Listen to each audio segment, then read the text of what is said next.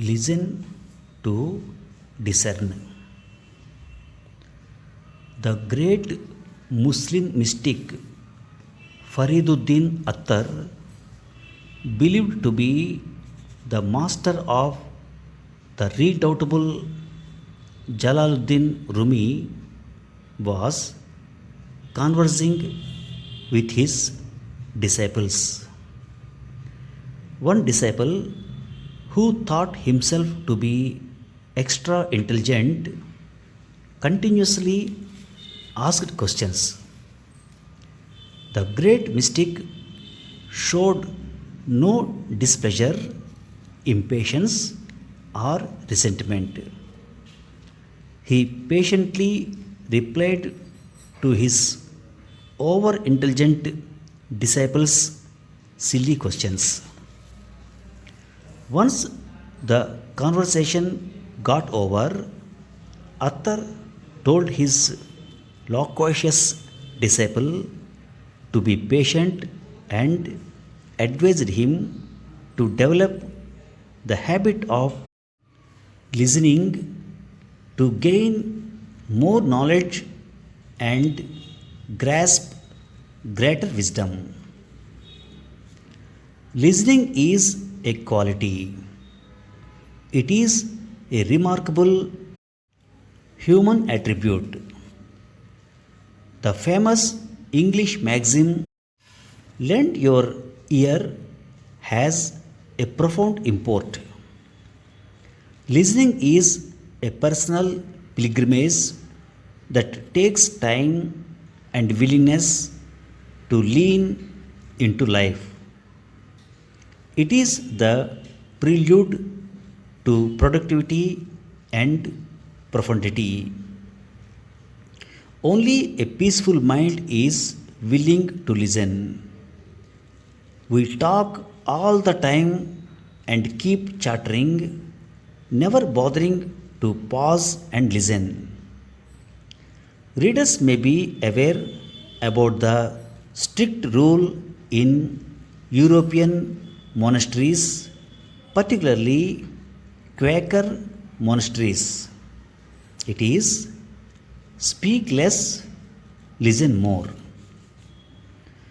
When we speak, our mind is relatively more agitated than when we listen. The state of listening is like an unrippled ocean, whereas the process of speaking is like an unruly, boisterous sea. Listening is akin to offering a prayer in silence. We speak because we are afraid of silence. We avoid listening because we erroneously think that it is a sign of our ignorance. Not to speak and just listen is a trait of wise, but fools think otherwise, observed Mark Twain. Listening helps one imbibe the idea of others in a much better and comprehensive manner. When we listen to someone, we empathize with him or her and relate in a positive as well as holistic manner. To listen is to connect. Connect with not only human beings but all that is in the universe. Just listen to the sounds of the waves and you will be transported to a higher realm where you will feel yourself in sync with all and sundry. Listening removes all clutter and chaos. It becalms the self and pacifies the mind. Let the dust of words settle and then be all ears to the subtle symphonies of the universe, wrote American poet and mystic Walt Whitman in The Leaves of Grass. World can be a far better place if we all talk less and listen more, because when we listen we understand the perspectives of others, which is not possible when we keep talking. Visit an old home and you will find that the inmates out there just want visitors who can listen to them. Our whole life goes in vain in search of patient listeners. Alas, we hardly come across anyone because everyone is so agog to talk about himself or herself. British novelist Graham Greene, who could have won Nobel for Literature, became R.K. Narayan's best friend and his literary promoter in Europe, because he found R.K. Narayan to be a very wise listener who opined only after listening not just to Mr. Graham Greene but to all. Napoleon Bonaparte rebuked generals who did not listen. A general gifted with listening quality can win battles, Napoleon always said. He himself was a great listener and valued even a soldier's suggestion on the battlefield. That is why he was such a great planner and finisher, despite being absurdly short for a military leader.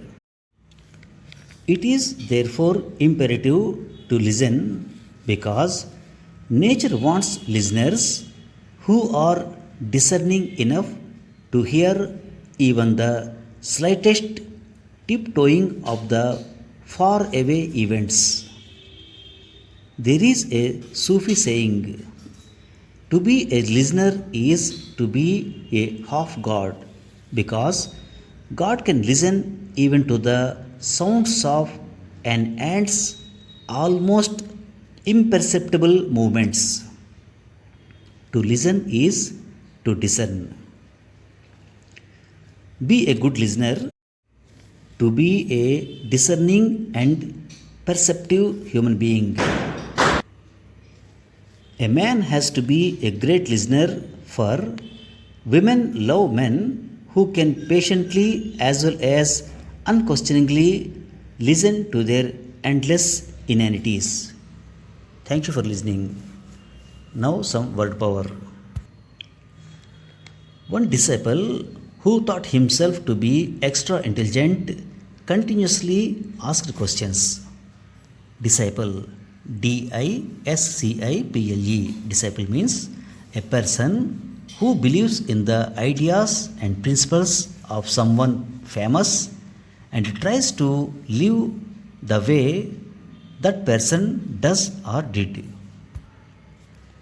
Once the conversation got over, Arthur told his loquacious disciple to be patient and advised him to develop the habit of listening to gain more knowledge and grasp greater wisdom. Loquacious, L-O-Q-U-A-C-I-O-U-S. Loquacious means someone who talks a lot, talkative. The famous English maxim, lend your ear, has a profound import. Profound, P-R-O-F-O-U-N-D. Profound means very great or intense. Import, I-M-P-O-R-T. Import means signify something, to mean something. It is the prelude to productivity and profundity.